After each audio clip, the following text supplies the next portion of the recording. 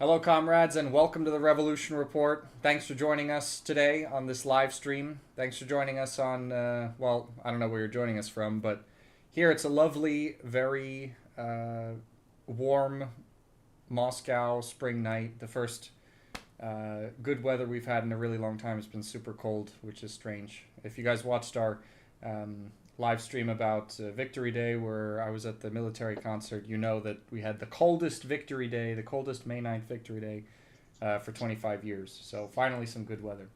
But anyway, you guys joined us not to talk about the weather, but you wanted to hear about these student protests in the United States. We're going to be talking about the Anti-Semitism bill, and we're going to be talking about from a Marxist analytical standpoint, the illusion of free speech under capitalism. And I'm very lucky to be joined in this live stream by Slava Jalili, who's the deputy editor-in-chief at The Revolution Report. She's a Ukrainian socialist also. You should watch our original live stream that we did. How long ago did we do that, Slava? It was like 2 years ago?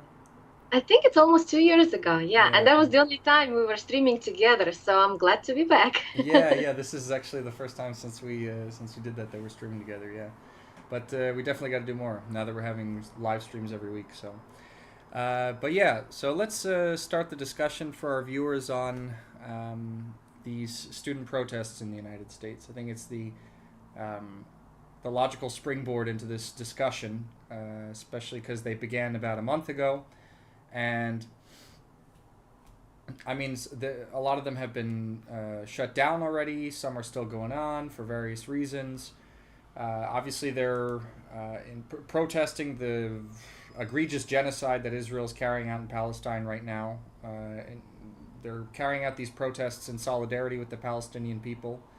And they're protesting to obviously divest their universities from supporting Israel. Boycott, divestment, sanctions is pretty much the main movement behind these student protests and these encampments that the students have set up in solidarity with Palestine as well.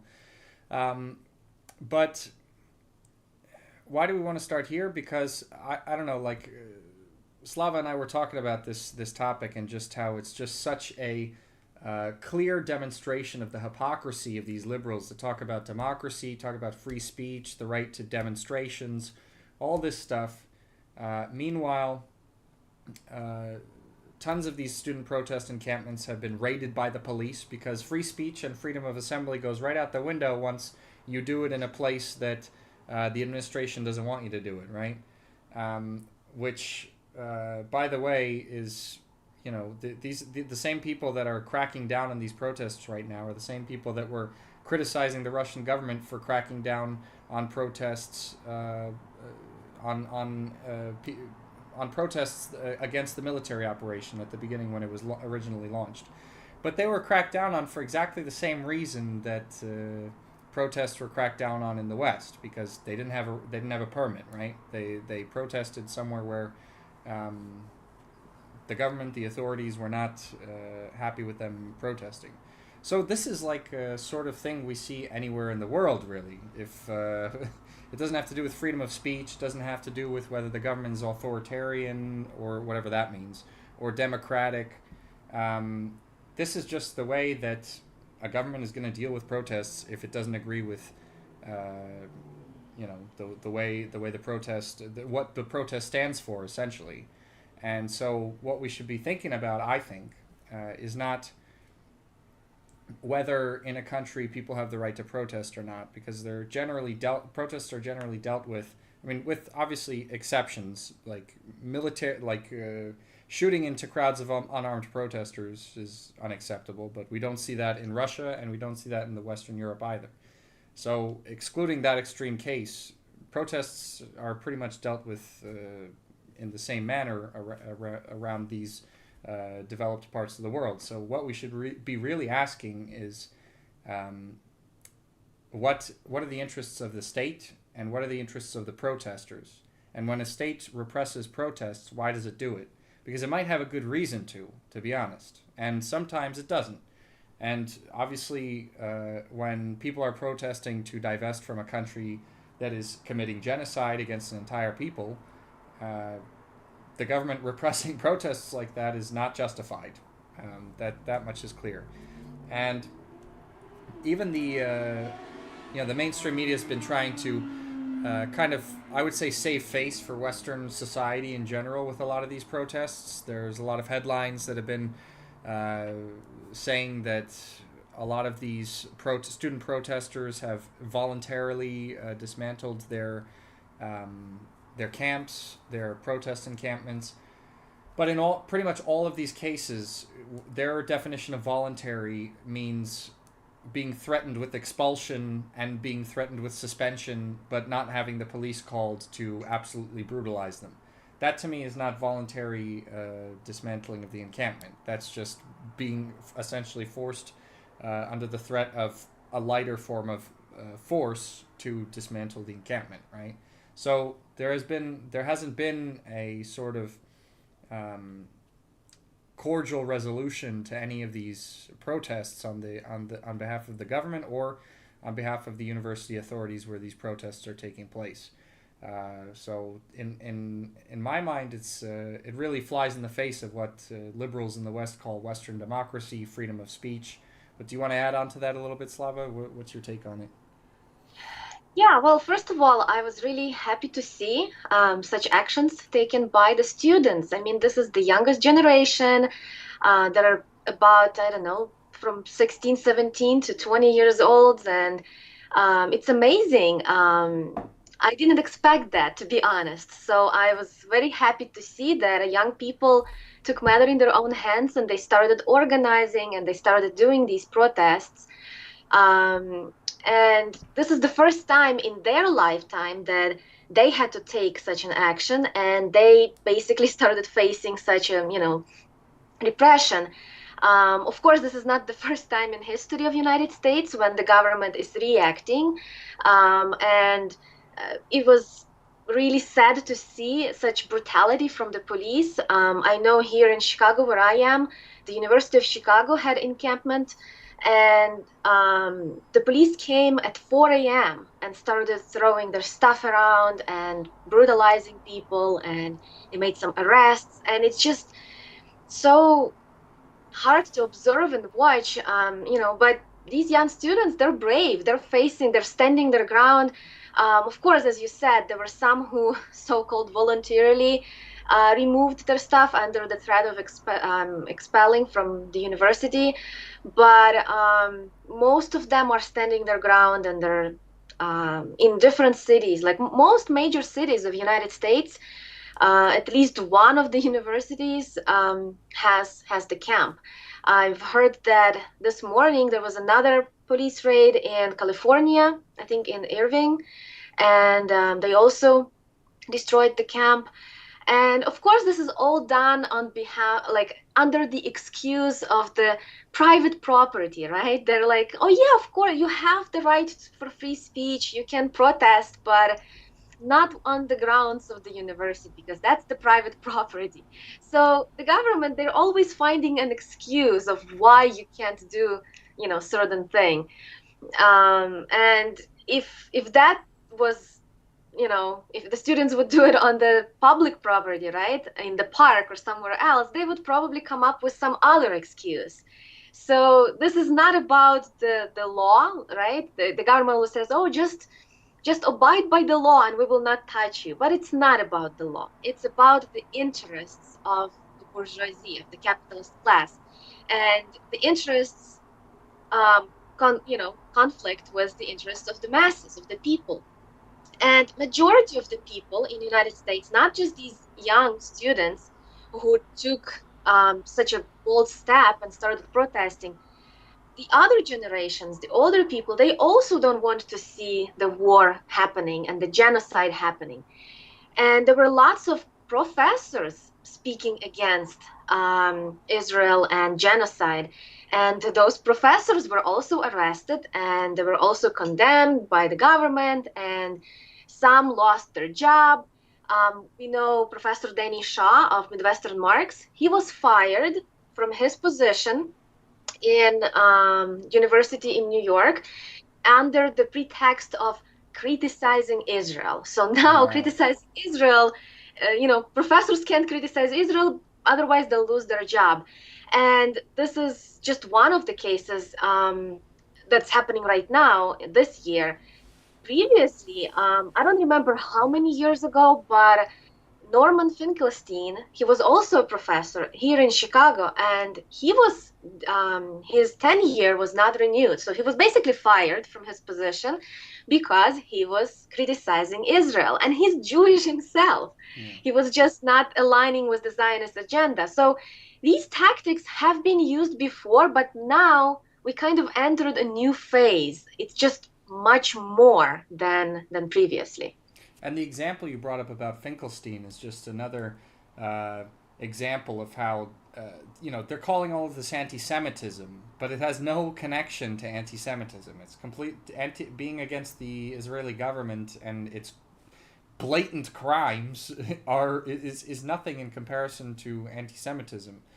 Um, I mean, this is, and I know the way this goes also, because in university, I was the general body coordinator of Students for Justice in Palestine, right? I had organized a student organization called the All Marxist Leninist Union, and we collaborated so closely with Students for Justice in Palestine that I was the general secretary of our organization and on their board as well, and they had people in our organization as well who come to our rallies and everything, and we did no, nobody was anti-Semitic. We were protesting, uh, Israel bombing civilian areas and not taking any sort of accountability for it, and there was a huge like CPAC funded organization on campus called Hillel, which was obviously supported by Israel and everything, and they would organize like hit pieces in the university media saying we're anti-Semitic.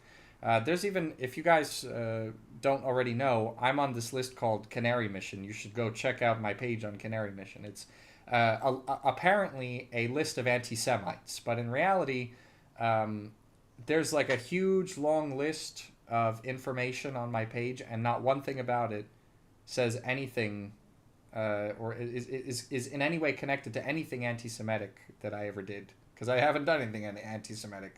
In fact, it's about my student activism in Students for Justice in Palestine, like one paragraph, and then the rest of it is like just a giant attack on students for justice in Palestine. And because of this list, like if I wanted to go to Israel, which I don't, I wouldn't be let in, you know.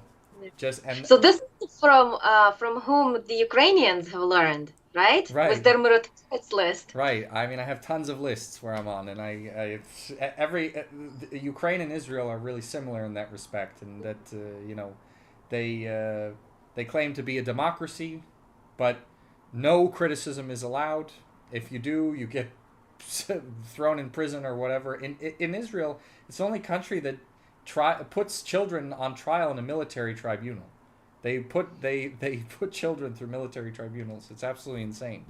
And the kind of stuff we see in Ukraine right now also, is just absolutely nuts with the draconian conscription laws and just the general lack of willingness of most of the Ukrainian population to go die at the front line, and the videos that we're seeing of people being forced into vans, that don't want to go, being forcefully conscripted. It's just but two terrorist states essentially. Karl Marx said that history repeats itself twice, right? First is tragedy, second is farce, and we have in the way I see it, the first instance of tragedy being Nazi Germany, right? Both this connected both to Ukraine, to be honest, and to Israel. Nazi Germany wanted to exterminate the Slavs, right? The people who collaborated with the Germans against the Soviets were absolutely despicable. They essentially collaborated with people who were bent on exterminating their own people, on the Ukrainians.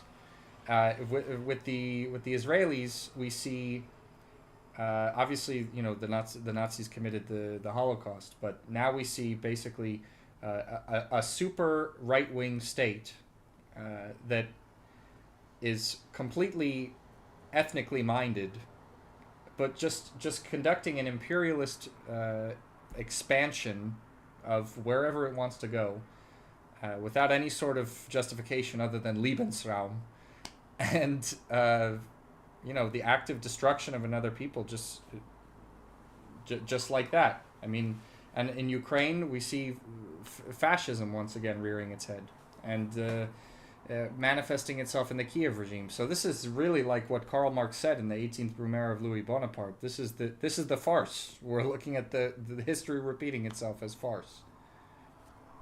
Yeah, yeah, I agree. And you know how we always say that if you want to know what's going to happen here in the United States in the near future, look at the puppet regimes that the United States is helping around the world and see what they're doing to their citizens, right? So when I observe what's happening in Ukraine and what's happening in Israel, I'm assuming that that's what's coming home.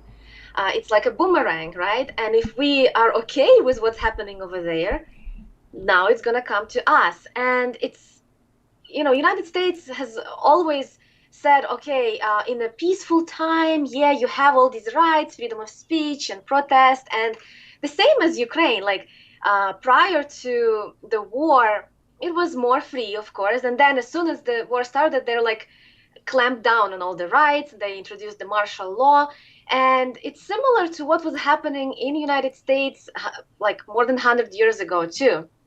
It's actually today that is the anniversary of the Sedition Act. Right. On May 16, 1918, President Wilson signed into the law this Sedition Act, which basically was like an amendment to the Espionage Act that was introduced during World War I. And this act, it made illegal any remarks, criticizing remarks about U.S. government or what it's doing, also constitution, military, or flag. And there were so many people who were arrested based on that act. One of the most famous, Eugene Debs, he was arrested and thrown in jail because he was protesting the war, and he spent, I think, a few years in jail, if I remember it right. Even after this act was abolished in 1920, many of those arrested were still remaining in the jail until I think 1921, a year after Wilson was like pressured to pardon them. So we can see this, the same thing that right now in Ukraine, Israel happening. United States have done that too here. And then, of course, we all know about the Patriot Act and what restrictions it brought to all of us. I remember growing up, and I'm sure like everybody who got education here in the United States, everyone was taught that this is the land of the free and all that. And people around the world who were like in the countries adjacent to the United States, we were also taught that America is amazing country, land of opportunities and land of free. And that's why so many people wanted to come and immigrate to the United States. I was one of those too. Naively believed that this country is the best and the most free in the world. But then, as soon as I flew in, right, I remember watching American movies prior to coming here, and I saw how easy it was to fly. Like there was so many restrictions, right, and checkpoints and stuff like that. Then I'm flying to United States, and in the airport you go through that, and so many checks and stuff like that, and I'm like, it's not that free as they make it sound, right? And then you start learning about the surveillance and how, after 2001 with the Patriot Act, how many rights now people just have lost. And now, they're spying on everything that the citizens are doing. So they have been doing this from 100 and more years ago. And then they took the next step in the 21st century with the Patriot Act. So we can clearly see the development of the censorship and the limitations of the so-called free speech in the United States. Yeah, and the first thing I think of when we talk about free speech, I think about it often in the context of the Cold War and in between capitalism and communism as well, because obviously during the time of the Soviet Union in the West, they said, "Oh, big bad communist world over there, they don't have freedom of speech. Good capitalist world over here, we have freedom of speech." But that's always been complete nonsense. And I think the best example that we could see right now is on the Korean Peninsula, right? Because we've got North Korea, South Korea, communist country, capitalist country. Obviously, in North Korea, you can't go around saying, "I think the South Korean government is great. We should establish their power here." Obviously, you can't do that. In South Korea, you can't do that either. That's There's the National Security Act, which basically gives the government legal rights to crack down on any sort of distribution of information or speech or anything like that that it deems to be a threat. And they made this law specifically with North Korea in mind. Um, and it was made a long time ago. Not long after the armistice was signed after the Korean War. But you know, we always talk about it kind of like, censorship bad, right? But I mean, it when two countries are at war, right? I mean, it's just logical that the state apparatus is going to use that, and we have to think about it in the Leninist sense, right? Because when Lenin writes about the state and censorship and all this, for specifically, I mean, we could go back to the State and Revolution, Lenin's work on that. He talks about how the state is an apparatus of repression. That's the purpose of the state, to repress, to defend the interests of the ruling class of society, right? So whatever society you live in, capitalist, socialist, feudalism, slave societies, they all had states that repressed in the interests of the ruling class, right? Um, and those interests can be progressive or regressive. Obviously, nobody likes violence. I don't like violence, but the state has a monopoly on it, whether you like it or not. That's just how that's the conclusion of a scientific analysis of society. You can't go around punching people on the street. The cops will come up to you and arrest you and beat you up, and nobody's going to beat them up because they have a monopoly on violence. And that's always how a state has operated. Um, and so, like I said at the beginning of the live stream, we have to understand the reasons for why, like the class interests behind repression of certain protests and the class interests behind protests themselves, to understand whether we would support a state taking some sort of action like that or not. Um, and I also wanted to talk a little bit about. I wanted to go back to this anti-Semitism stuff we were talking about, right? Because this bill is going through. It's going to go through the Senate soon, as if I remember correctly. I think it still hasn't gone through the Senate. It got approved in the House of Representatives and still being considered in the Senate. I might be wrong because I read about this last time like days ago.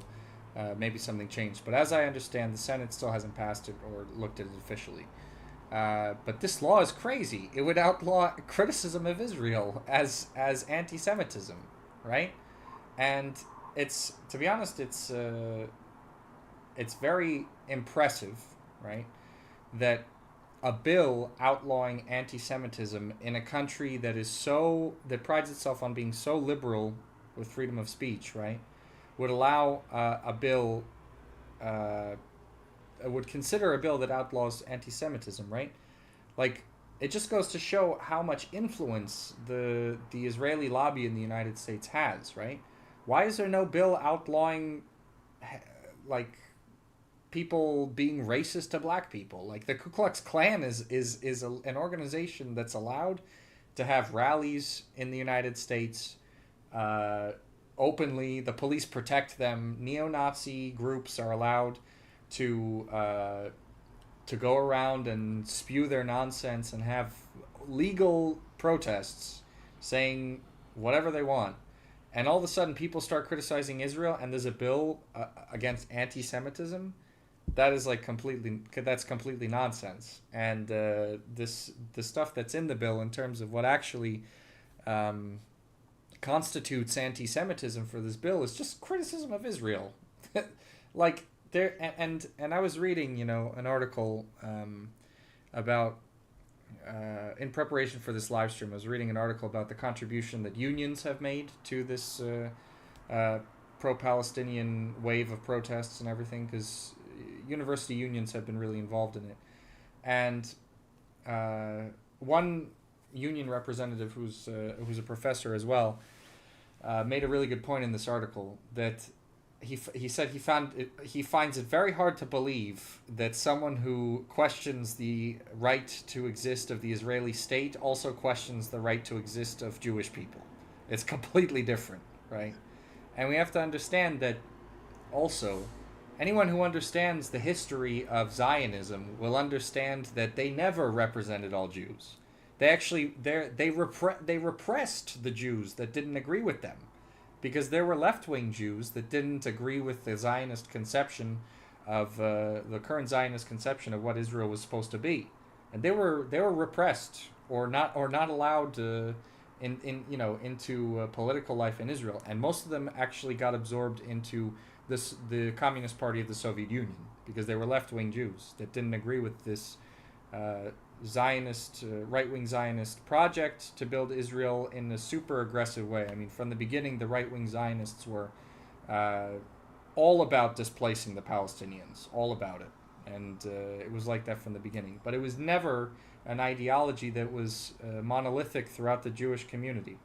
There were tons of Jews that opposed it, and there still are. As we see, you could find on the internet, even in Israel right now, there's a certain sect, obviously, of Hasidic Jews that are completely against what Israel's doing and everything, and they get completely brutalized by the IDF and the police over there for protesting what Israel's doing. And to be honest, these are some super courageous people to go out and protest what's going on right now in Israel itself, and knowing that they're going to get like really harshly brutalized, But these are Jews. These are not Arabs. They're Jews. And so how can someone say that that's anti-Semitism, right? You'd have to say that every Jew that doesn't agree with the super right-wing Israeli government they hate themselves. That's the only explanation. And the funny thing is that there's lots of Jewish people in Israel who are not Semites, right? These are the Ashkenazi Jewish people who moved to Israel from Europe and everywhere else. And the Palestinians are actually the real Semites. Yeah. So if you're, opposing the genocide, of Palestinians, that means you're supporting the Semites. You cannot be, by default, you cannot be called anti-Semitic. And the problem is, though, with this, that they have equated the anti-Zionism with anti-Semitism, right? So they just said, okay, now if you criticize Israel, you must be anti-Semitic. But they're doing it intentionally to conflate and to just confuse people and to make people, instead of uniting with their own class, with other workers, right? They have to take the position of the capitalist class. And this is like on repeat. Every time something happens, they use this technique to divide and conquer, basically, right? To split the working class into two camps.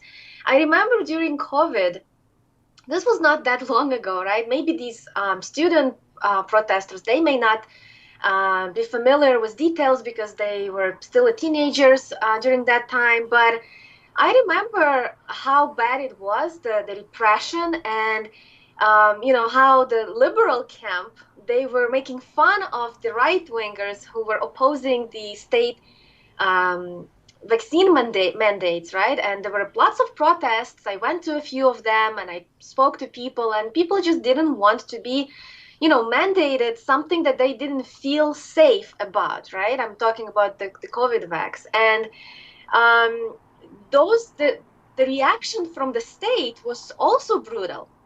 Like the police were coming and dispersing the crowd, and they were really violent. Not as bad here in the United States, but I've seen videos from Australia and from other places. It was crazy.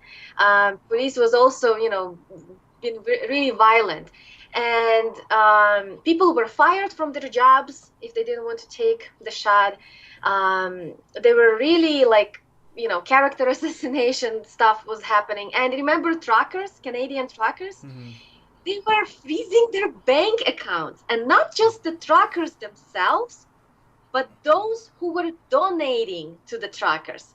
So just like right now, like if you're supporting Hamas, that's it. They're saying, oh, that's the terrorist organization. If you're supporting them, you must be the terrorist too. Yeah. The same thing was happening during COVID. So not just the truckers themselves who were engaging in the protests, but the people who were supporting and donating to the truckers, they were prosecuted.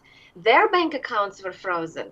It was crazy. And the liberals, the Democrats, and even some people who were calling themselves socialists were welcoming it. And they were like, oh no, we have to control this and we have to repress these people because they're anti-science. But they were not realizing that it's the ruling class who was using that so-called science, right? The bourgeois science. They were using it to make the splits among the people. And the same way now with the Israel situation, they're using it to split people into two camps. And now it's the vice versa. Now the right wingers are saying, yes, go ahead and get those students, and the liberals are like, no, no, no, no, we're protesting genocide.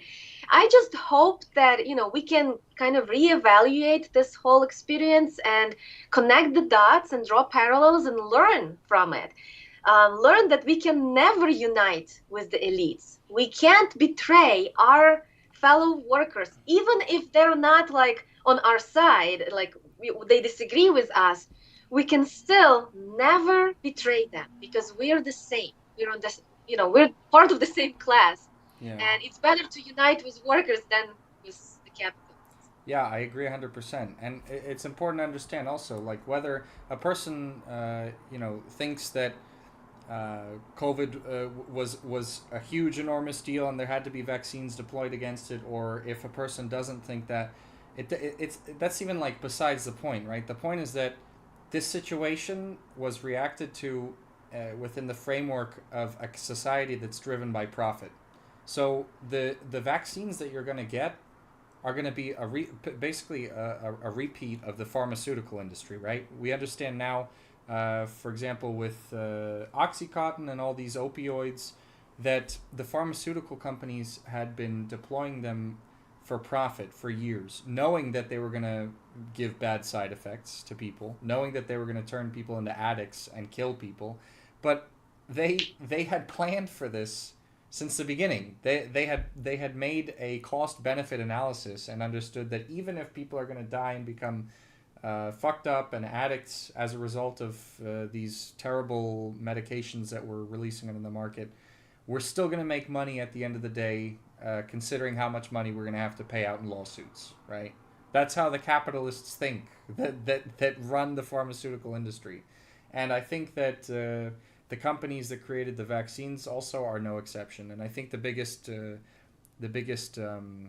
indication of that is what's going on with AstraZeneca right now. This is a bit off topic, but I think it's important to talk about in connection to this. The fact that we've known that AstraZeneca causes blood clots, right, for the longest time. We've known it basically since the beginning, when it hit the market, because people were getting them essentially left and right.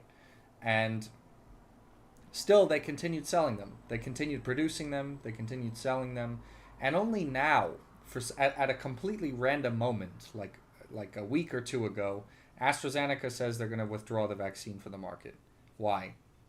Why? And the reason they give is because of blood clots, even though we knew that was caused for a long time.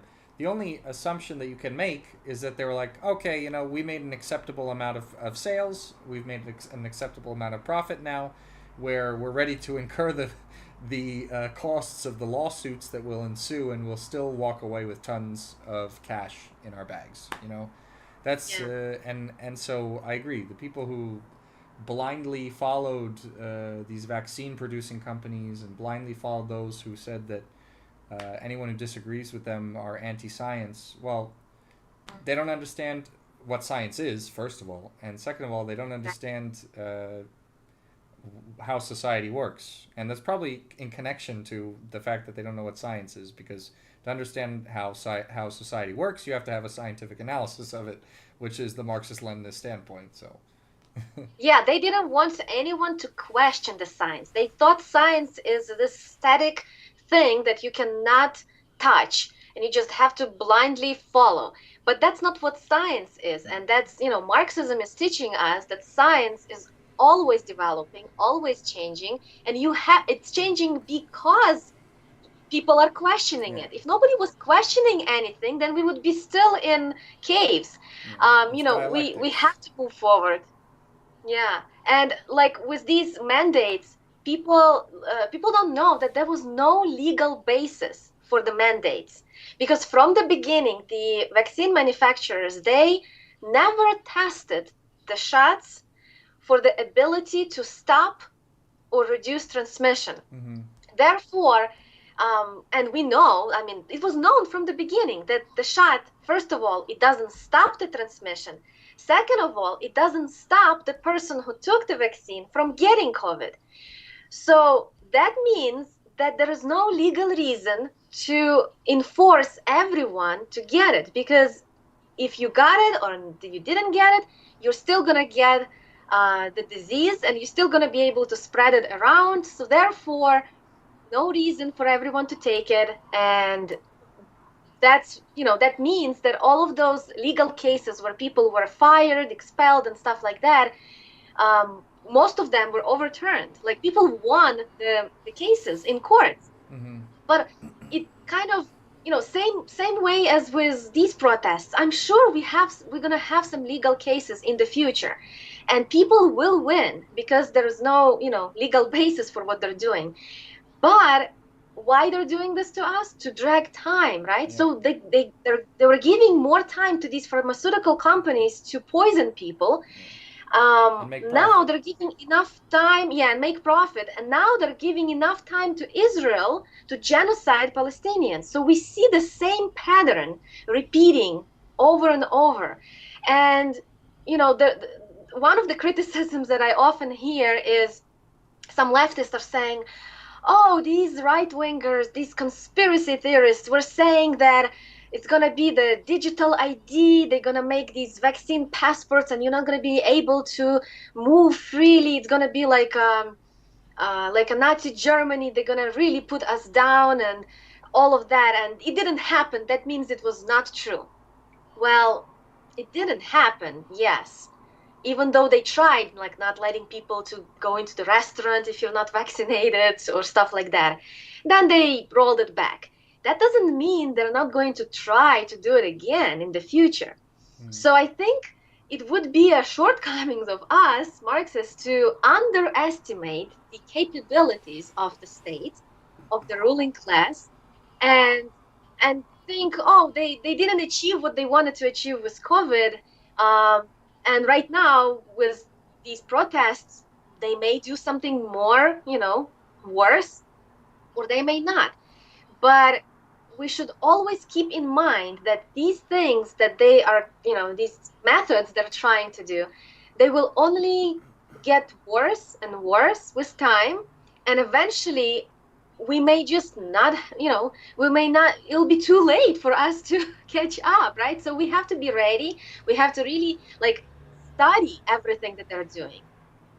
Because Marxists, we're not the only ones who are reading Marx and Engels and Lenin.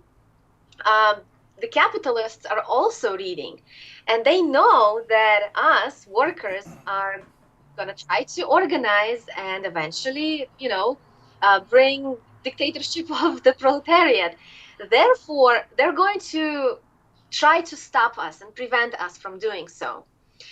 And it's our job to analyze what they're doing and get ready for it. And I think both with each war that's happening, 9/11, then we had Iraq, Afghanistan, we had Syria, and each time we witnessed censorship evolving and what they were doing to like journalists, right, who were exposing their crimes.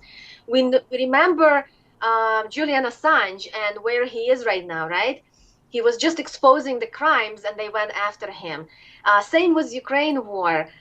They're trying to really silence the voices that speak against. So we should learn and analyze and prepare for what's coming next, because I'm sure they're not stopping anytime soon.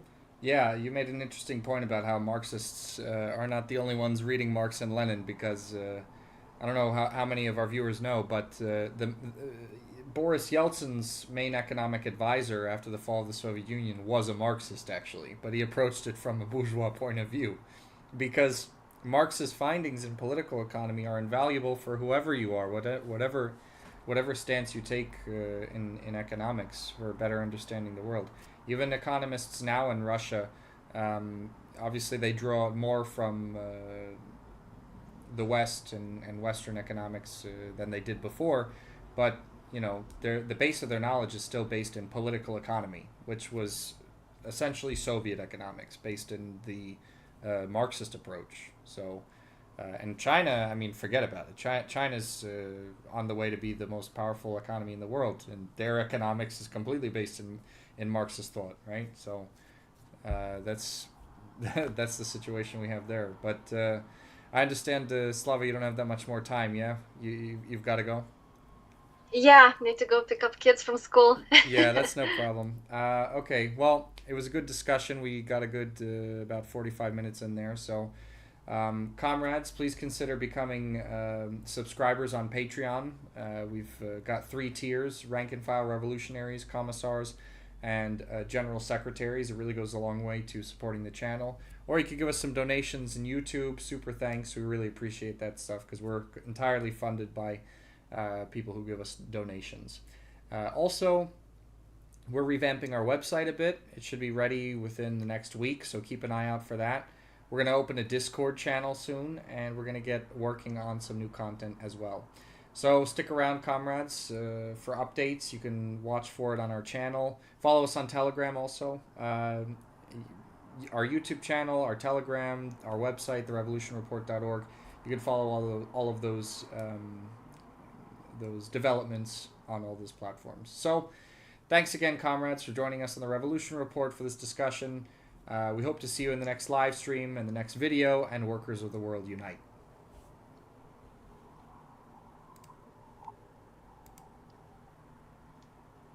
All right, we're good. Awesome. All right, cool. Thanks, Slava. I thought it was good.